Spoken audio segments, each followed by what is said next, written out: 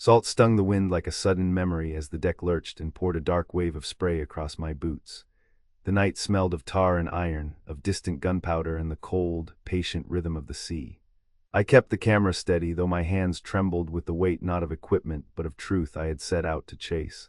A single hinge in time, a point where history could have split to become something else. Hastings, the name that should have opened a window to Norman dominion, hung in the air like a weathered banner, and I felt the hinge give a subtle groan beneath the ship's planks, as if the coastline itself remembered a different road. Harold's coalition, victorious by a ledger's whisper or a sword's decision, could have bound England to another sort of fate. Instead, the Normans retreated, and a federation of Anglo-Saxons and Norse seas began to breathe. The moment was not a triumph. It was an open-gan invitation to watch a world where borders were not the sharp edges of a map but living channels, ferrying people, ideas, and goods along currents old and new. We move now through that divergence as if stepping through a corridor of time, the photoreal world bending to the documentary frame that has come to define us. I'm not a hero in this tale, though the camera loves to press into the faces of those who think themselves ordinary. I am a guide through evidentious fragments gathered from shipwrights' clinics, traders' ledgers, monastery annals, and the stubborn memory of markets that refuse to be merely local. My motivation is simple and stubborn, to trace how a single fork in Hastings could redraw the entire map of power, culture, technology, and daily life, and to show how those changes cascade, century by century, until today's skyline is crowded with three great empires standing side by side as if they belong to the same family. The first of those cascades unfurls in the decades after 1066, when the split never happens, and the English coastline learns to breathe with the North Sea rather than retreat behind a stone curtain of feudal castles. The Federation, the Anglo-Saxon Confederation, as some scribes would mislabel it, grows not by conquest but by consensus. I hear the voices of port towns from the Firth of Forth to the mouth of the Tyne, voices that tell me they are building something loose, flexible, a maritime border system that resembles a living harbor more than a fortress. In this world the crown is shared, council and kinship networks knit together a patchwork kingdom that feels more like a guild than a monarchy. The era between 1066 and 1100 is a bootless ache of potential growth, a realm where roads are roads and sea lanes, not lines on a map, and the caravan networks that thread through the north and west carry more than goods. They carry memory, dialects, and religious practice, all traded as freely as wool or amber. I watch a fisherman's grandson, Ealdwine, explaining why the Federation's teeth bite differently in his life. He speaks with the wary pride of a man who knows the old world and the new world have never quite stopped arguing inside him. The coast is not quiet here. The sea keeps an uneasy vote, and Ealdwine's family has learned to navigate both tides and treaties. The Federation's early political structureless a central parliament, more a council of regional marquises who share a kingly timber breathes with a certain melancholy beauty. Borders are porous where commerce flows. A ship's manifest from a Elbeck warehouse meets a Northumbrian tariff in a hall of exchanged notes. A coin minted in York shares its edge with a Danish mark. The daily life of the common person becomes a blend of Norse seamanship, Saxon law, and ecclesiastical routine, all pressed into the same calendar and the same hunger for security. It is not the smooth, modern state. It is a living system, knotty as rope but resilient in its way of bending without breaking. In the narrative's second breath, we travel to 11,001,300, where the Anglo-Saxon Confederation expands across the islands and into the Baltic and North Sea trades. The calendar of commerce grows teeth. Here, the documentary lens lingers on the handshake that travels further than any treaty. Merchants who trade timber from Gotland, furs from Novgorod, wine from the Low Countries, and 1,000 scripts of law translated into a dozen local dialects. Scandinavia and the Low Countries become equal partners, not distant patrons or reluctant neighbors. The border, if one exists at all, is a living line drawn by the depth of a harbor, the width of a canal gate, the catch of 11 grain carried from port to port. If you listen closely in the echo of shipwrights' hammers and the creak of rope, you'll hear a refrain. Cooperation is not a favor granted by a sovereign but a habit of life, a way of thinking that a ledger and a compass can record, though not always neatly. The camera slides forward into 14,501,600, a period when Eastern Mediterranean networks weave a persistent thread through global navigation. Iberia remains a mosaic of kingdoms, a mosaic that slows clear state formation and tilts toward maritime republics rather than rigid empire building. The Atlantic world links through circumnavigation routes, not through the sword of conquest, and circumnavigation becomes a tradition rather than a bravado. The fear of isolation is tempered by the beauty of itinerant knowledge, maps drawn with sailors' questions, schools built near the water where science meets prayer, and art formed by exchange rather than appropriation. In kitchens and market squares, people savor spices that traveled with caravans and sails alike, taste ideas from the shores of Africa and the Levant, and grow to believe that distance itself can be measured in the time it takes to reach a harbor, not in the number of miles drawn on a chart. The storm of empire does not sweep them away. It teaches them to trade with their enemies as partners in a common voyage, to invest in universal libraries and shared calendars, and to keep a kind of cultural balance that would later seem exotic to the states that science and nation-states would later claim as their own. We press on to 70,001,800, where industrial revolutions sprout in three hubs: the Atlantic Arc, the Crescent Zone, and the celestial Corine borders stiffen into federative empires with elected cabinets. The first hub's mills clatter with a mechanical rhythm that feels almost musical. In the Crescent Zone, gardens of brass and steam bloom along riverine arteries, where caravans become moving factories and scholarship travels with the caravan routes as if they were lifelines of the same organism.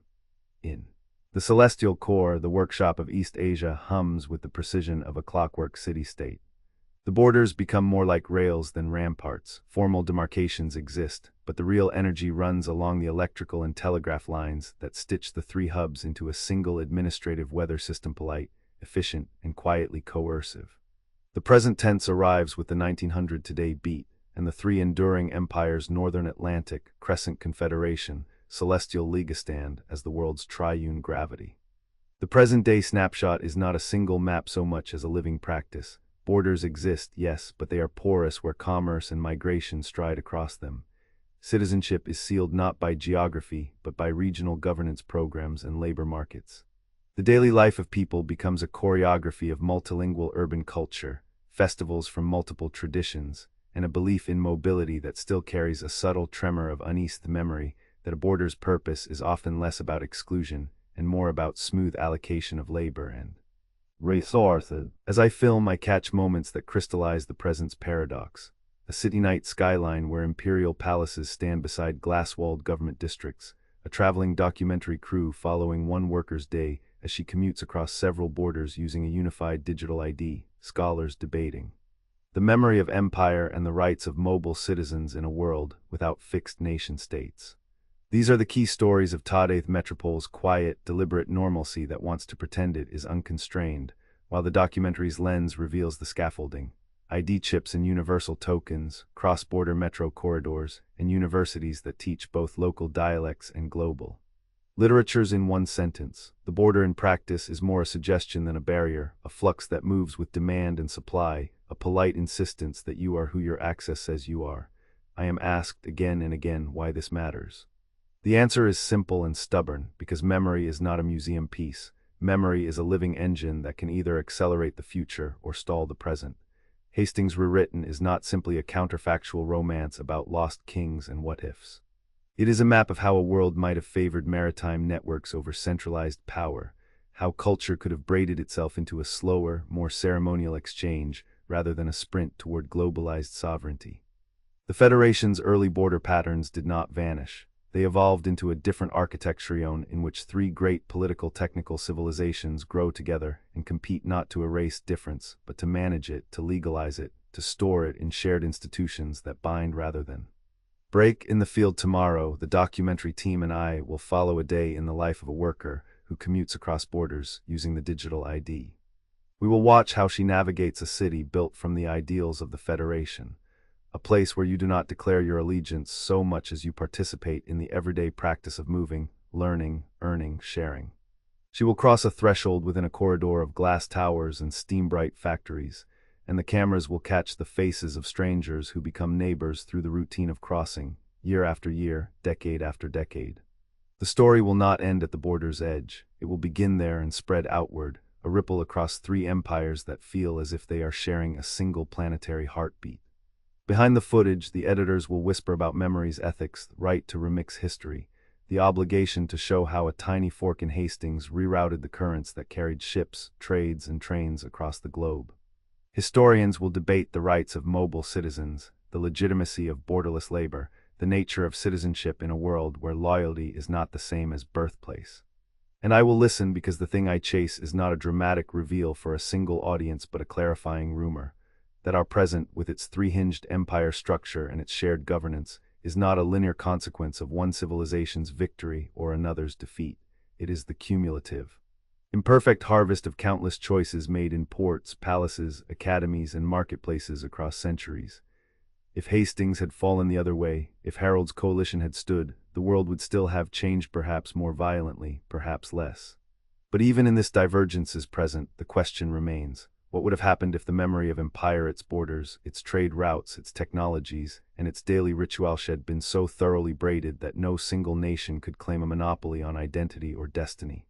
The Northern Atlantic Empire, the Crescent Confederation, and the Celestial League stand as witnesses to the slow, stubborn truth that while borders exist as formal demarcations, life goes on between them in a constant negotiation.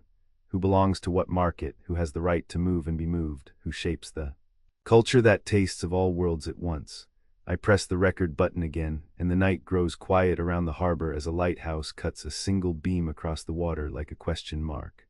The three empires glow with a steady, almost patient light, not conquering, not dissolving, but persisting, each with its own mood and rhythm. The maritime pragmatism of the Northern Atlantic, the scholarly poise and caravan kinship of the Crescent, the sleek, rapid manufacturing tempo of the Celestial Core. Their borders are not swords drawn sharp, but rivers that bend and braid, sometimes suddenly, sometimes almost invisibly, carrying people, ideas, and ink-stained papers across a map that breathes with life. And so I speak into the lens, not for the moment's applause, but for the long audience that will come after. The citizens who navigate a world where they can exist with more than one story in their mouths, where a city's night skyline glows with palaces and glass districts side by side, where the act of moving through space becomes an act of belonging. Hastings' rewritten fate is the quiet engine of all this, a reminder that history's ideas rarely vanish. They rearrange themselves, like the tides learning to lift a ship not with a single wave but with the patient, unending pull of many. The night ends and the harbor's breath settles into a cool, measured sigh. The camera's memory rests on the water, and I know the work is only beginning. To map a chain of consequences from a single moment in 1066 to a present defined by three enduring empires, to let the audience feel the weight of porous borders, the comfort of shared institutions, and the strange, intimate universality of daily life, lived across a map that refuses to choose one homeland for every heart. The point of divergence is not a closed ruin. It is a living corridor, and White's viewers, its custodians, its witnesses are invited to walk it slowly with care, until the echoes of Hastings become a chorus that hums in every market, every port, every school, and every home that depends on moving, trading, and belonging discovers a future that feels both earned and earned anew every day.